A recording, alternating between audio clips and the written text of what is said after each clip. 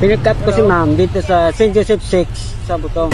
Ang nag-book para sa kanya ay ang tiyahe niya, pero siyang sumakay. Galing kami ng Butong, papunta kami ng Makati. At hindi ko na kinuha mga detalye para mabili.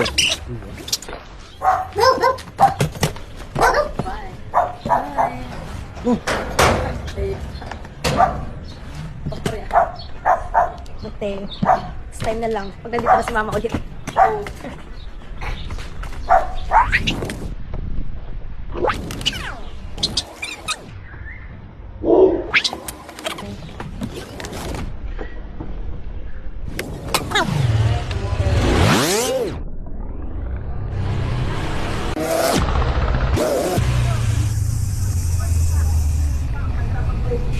Para ang dumaan sa Ultra Resort at nasa kita, hindi ng business benefit na walang anamahal sa buhay, hindi ng funeral benefit. Ito mo mararanasan ng requirement festival. Mahanapan ka ng ID, birth certificate na dapat PSA at bawal luma, medical certificate, hospital records, at kung ano-ano pa. Minsan, kulang na lang hanapan ka ng utility test at autograph mo sa irital.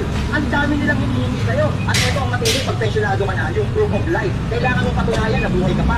Minsan, papapuntahin ka sa branch kahit naka-wheelchair ka na. O kaya papag-send ka ng picture na hawak ang dyaryo.